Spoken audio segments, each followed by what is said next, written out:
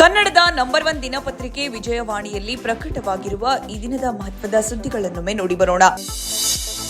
ಪ್ರಜಾಪ್ರಭುತ್ವದ ದೇಗುಲವೆನಿಸಿರುವ ವಿಧಾನಸಭೆಯ ಪವಿತ್ರ ಪೀಠವನ್ನಲಂಕರಿಸಿದ ಸಭಾಧ್ಯಕ್ಷರೇ ಅಸಹಾಯಕತೆ ಸುಳಿಯಲ್ಲಿ ಸಿಲುಕಿ ಸದನವನ್ನು ಮುಂದೂಡಿ ಹೊರನಡೆಯುವ ಮೂಲಕ ಸಚಿವರು ಅಧಿಕಾರಿಗಳ ಉದಾಸೀನದ ವಿರುದ್ಧ ಪ್ರತಿಭಟನೆ ವ್ಯಕ್ತಪಡಿಸಿದ ಅಚ್ಚರಿಯ ವಿದ್ಯಮಾನ ಸೋಮವಾರ ನಡೆಯಿತು. ಈ ವಿಚಾರವಾಗಿ ವಿಪಕ್ಷಗಳ ನಾಯಕರು ಸರ್ಕಾರವನ್ನು ತರಾಟೆಗೆ ತೆಗೆದುಕೊಂಡಿದ್ದಾರೆ. ಈ ಸುದ್ದಿಗೆ ಇಂದಿನ ಸಂಚಿಕೆ ಓದಿ. ಕೇಂದ್ರ ಸರ್ಕಾರವು ಪ್ಯಾರಾಮೆಡಿಕಲ್ ಕೋರ್ಸ್ಗಳಿಗೆ ಪಿಯುಸಿ ಕಡ್ಡಾಯಗೊಳಿಸಿದ್ದು ನಿಯಮ ಸಡಿಲಿಸುವಂತೆ ಮನವಿ ಮಾಡಲಾಗಿದೆ ಎಂದು ವೈದ್ಯಕೀಯ ಶಿಕ್ಷಣ ಸಚಿವ ಡಾ ಶರಣಪ್ರಕಾಶ ಪಾಟೀಲ್ ಸೋಮವಾರ ವಿಧಾನ ಪರಿಷತ್ಗೆ ಮಾಹಿತಿ ನೀಡಿದರು. ಈ ಸುದ್ದಿಗೆ ವಿಜಯವಾಣಿ ಓದಿ. ನಾಡಿನ ಕೃಷಿ ಕ್ಷೇತ್ರವನ್ನು ಬಲಗೊಳಿಸುವ ಮತ್ತು ರೈತಾಪಿ ವರ್ಗಕ್ಕೆ ಅತ್ಯಾಧುನಿಕ ತಂತ್ರಜ್ಞಾನದ ನೆರವು ತಲುಪಿಸುವ ತಮ್ಮ ಕನಸನ್ನು ಕೃಷಿ ಸಚಿವ ಚೆಲುವರಾಯಸ್ವಾಮಿ ತೆರೆದಿಟ್ಟಿದ್ದಾರೆ. ಜೊತೆಗೆ ಇಲಾಖೆಗೆ ಅಗತ್ಯವಾದ ಖಾಲಿ ಹುದ್ದೆಗಳನ್ನು ಆದ್ಯತೆ ಮೇಲೆ ಭರ್ತಿ ಮಾಡಲು ಸರ್ಕಾರ ಉದ್ದೇಶಿಸಿದ್ದು ಮೊದಲ ಹಂತದಲ್ಲಿ 1,000 ಹುದ್ದೆ ಭರ್ತಿಗೆ ನಿರ್ಧರಿಸಿರುವ ಸಂಗತಿಯನ್ನು ಅವರು ವಿಜಯವಾಣಿ ಸಂವಾದದಲ್ಲಿ ಹಂಚಿಕೊಂಡಿದ್ದಾರೆ.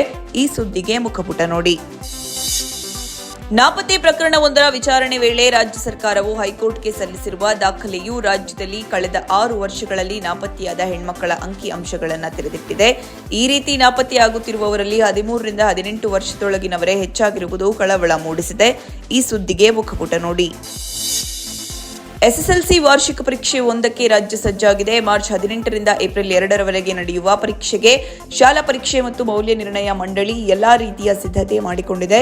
ರಾಜ್ಯಾದ್ಯಂತ 15,941 ಶಾಲೆಗಳ 8,12,885 ಹೊಸಬರು, 62,845 ಪುನರಾವರ್ತಿತ ಮತ್ತು 27,189 ಖಾಸಗಿ ಅಭ್ಯರ್ಥಿಗಳು ಸೇರಿ ಒಟ್ಟು 9,02,889 ವಿದ್ಯಾರ್ಥಿಗಳು ನೋಂದಣಿ ಮಾಡಿಕೊಂಡಿದ್ದಾರೆ.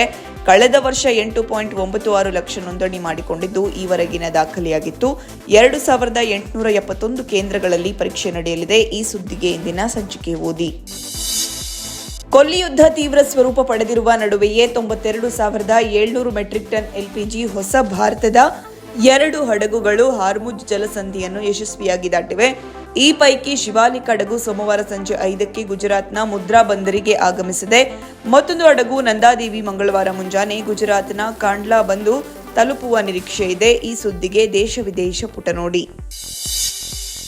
ಪರಾಭವ ನಾಮ ಸಂವತ್ಸರ, ಈಗ ಯುಗಾದಿ ವಿಶೇಷ. ರಾಜ್ಯ, ರಾಷ್ಟ್ರ ಮತ್ತು ಅಂತಾರಾಷ್ಟ್ರೀಯ ಮಟ್ಟದಲ್ಲಿ ಈ ಯುಗಾದಿಯಿಂದ ಮುಂದಿನ ಯುಗಾದಿವರೆಗಿನ ರಾಜಕೀಯ, ಸಾಮಾಜಿಕ, ಆರ್ಥಿಕ ಮುಂತಾದ ಕ್ಷೇತ್ರಗಳಲ್ಲಿ ಏನೇನು ಬದಲಾವಣೆಗಳಾಗಲಿವೆ, ಕಳೆದ ಸಂವತ್ಸರಕ್ಕಿಂತ ಇದು ಹೇಗೆ ಭಿನ್ನವಾಗಿರಲಿದೆ, ಮಳೆ ಬೆಳೆ ಪರಿಸ್ಥಿತಿ ಹೇಗಿರುತ್ತೆ, ಯಾವ ರಾಷ್ಟ್ರಗಳ ಉಪಟಳ ಹೆಚ್ಚಲಿದೆ ಮುಂತಾದ ವಿಷಯಗಳನ್ನ ಮುನ್ನೋಟಕ್ಕೆ ಚಿಂತನಪುಟ ನೋಡಿ.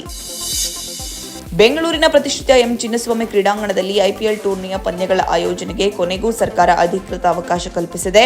ಪಂದ್ಯಾವಳಿ ವೇಳೆ ಯಾವುದೇ ಅನಾಹುತ ನಡೆಯದಂತೆ ಮುಂಜಾಗ್ರತೆ ವಹಿಸುವಂತೆ ಷರತ್ತು ವಿಧಿಸಿ ಗೃಹ ಇಲಾಖೆ ಅನುಮತಿ ನೀಡಿದೆ. ಈ ಸುದ್ದಿಗೆ ಕ್ರೀಡಾಪುಟ ನೋಡಿ.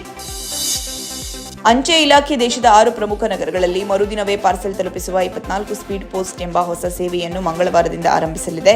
ಕೇಂದ್ರ ಸಂವಹನ ಸಚಿವ ಜ್ಯೋತಿರಾಧ್ಯ ಸಿಂಧಿಯಾ ಈ ಸೇವೆಗೆ ಚಾಲನೆ ನೀಡಲಿದ್ದಾರೆ. ಈ ಸುದ್ದಿಗೆ ಮನಿ ಮಾತು ನೋಡಿ.